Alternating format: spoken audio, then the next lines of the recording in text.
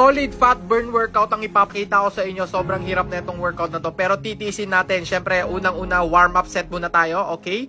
Ito ay 30 seconds. Tatlong half. Okay, 1, 2, 3, then full. Okay? Ganyan po ang ating warm-up for today's video. Okay? Extreme fat burning workout to, guys. Kaya mapapayo ko, gawin nyo tong warm-up na to. Okay? Squats muna tayo. Kung makikita nyo, tatlong half, tapos isang full. Ayan. Kita nyo, sobrang ganda talaga na itong half workout na to. At dahil dyan, mag-burn talaga tayo ng marami ngayon. Friday night, hindi tayo magpa-party, pero mag-workout tayo. Let's go. Punta na tayo sa first workout natin. Squat, then lunges. Okay? Ito ay 30 seconds yung gagawin. Squat, then lunges. Okay? Kung makikita nyo dito, guys. Grabe, nahihirapan ako kasi first time ko ulit gawin to. Okay, matagal ko nang hindi ginagawa itong mga gantong workout. Pero dahil mahal ko kayo, ipapakita ko sa inyo ang sikreto ni Haring Bangis para gumanda ang katawan nyo. Okay? Maintain lang muna tayo ngayon. Hindi tayo masyado magpapalaki ng katawan at medyo pang model lang. Sexy body lang tayo pang summer. Okay? Okay, yan. 30 seconds, then rest ka ng 5 seconds. Okay, 5 seconds rest. Hinga-hinga para hindi tayo mapagod. At pwede nyong gawin to araw-araw pagkagising nyo.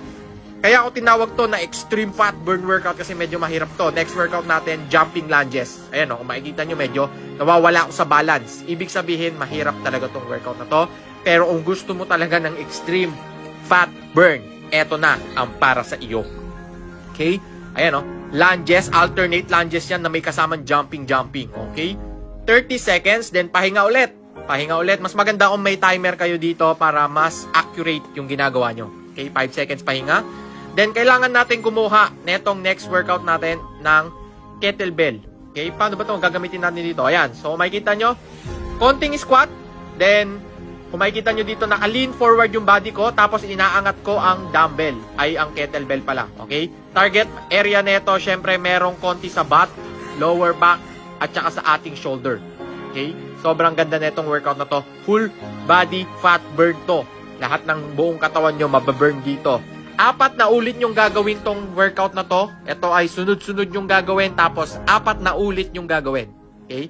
Kayang-kaya nyo yan. Guys, make sure na hydrated kayo. Meron kayong tubig na dala-dala. Kasi pag ginawa nyo to ng walang tubig, ito na ang next workout natin. Ang tinatawag na spider crawl with push-up. Okay? Ayan. Maglagay kayo ng kung ano man pwede nyong ilagay doon para may palatandaan kayo kung saan nyo ibababa ang inyong baba. Doon, yan, para tamang-tama ang inyong position. Okay, ayan o, tingnan nyo. Kaya ako naglagay dyan ng barbell. Kasi tingnan nyo, dyan ko binababa yung aking baba.